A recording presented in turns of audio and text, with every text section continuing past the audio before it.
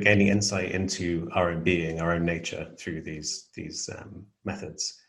I think there's this kind of tricky issue of, if one takes that to be a kind of goal-directed task, you know, if you act in such a way that you attempt to get to a place where you've gained insight, that tends to, I think, come from the separate self, come from a certain kind of linear, goal-directed way of being. And you have these kind of certain traditions that are gradual, that suffer from this, that you're trying to get somewhere, whereas actually the insight is that everything is just here, perfect as it is, and that there's really nowhere to go.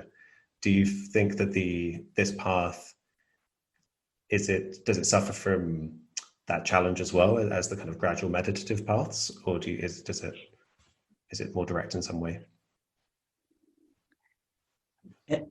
Any spiritual path makes a concession to the apparently separate self.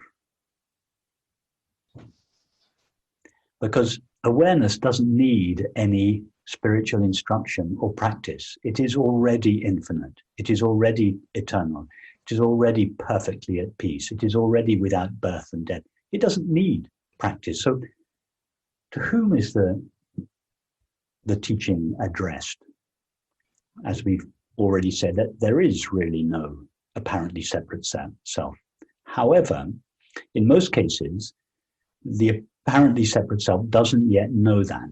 The apparently separate self still believes that it is a separate self, and it is therefore suffering. Let me use one of my favorite analogies that you may have heard. The actor John Smith, who plays the part of King Lear. Of course, John Smith, he lives alone at home in a nice apartment. He's perfectly peaceful and happy. And every night he goes to his theatre, puts on King Lear's costume, adopts King Lear's thoughts and feelings, goes out on stage and becomes miserable because of his relationship with Cordelia and the war with the French and his troubles in his kingdom, etc.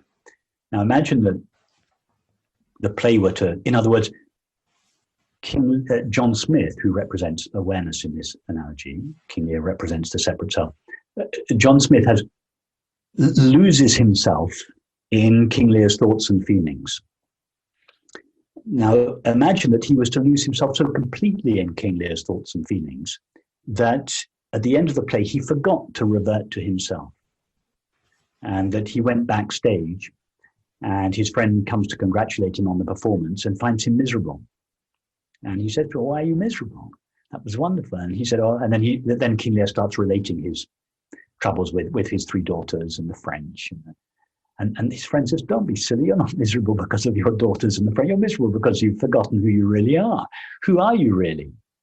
He's initiating the process. It's another, you asked, how do you initiate this process of self-inquiry? I suggested ask yourself, what is it that is aware of your experience? This would be another question. Who are you really? So King Lear starts saying, "I'm the King of England, I'm the father of 3 daughters." "Oh, no," his friend says, "No, you haven't always been the King of England. You haven't always been a father of 3 daughters. You haven't always been at war with the French. Go deeper into yourself. Who are you before all of that?" So King Lear is tracing his way back through the layers of his experience. And at some point, there is this recognition, I am John Smith. And at that moment, his suffering comes to an end. Now, we could ask the question, well, his friend, King Lear's friend who came to see him backstage, who was he addressing? To whom did he ask the question, who are you really? He asked the question to the apparent person, King Lear. King Lear feels, I am King Lear. So the apparent person, King Lear, hears the instruction and practices self-investigation. John Smith doesn't need to do it because he's already perfectly free and happy. So the teaching is addressed to the one who believes themselves to be temporary, finite, and limited, and is as a result suffering.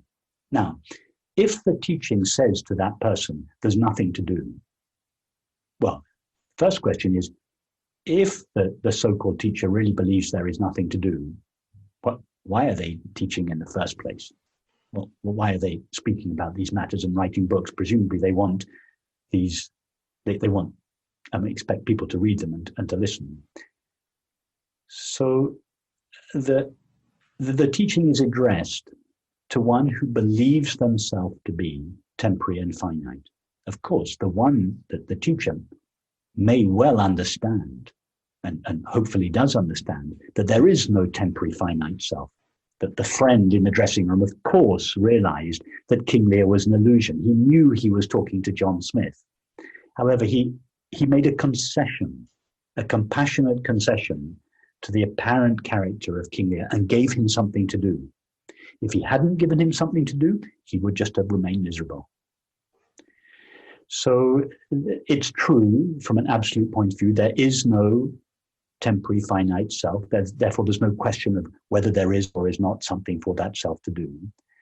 And yet, for one who believes and feels themselves to be a separate self, the question of whether there is something to do or not is really a moot question. They are already doing something. All separate selves are already doing something. What is that? Seeking happiness. So it's too late to tell them there is nothing to do. They are already seeking happiness.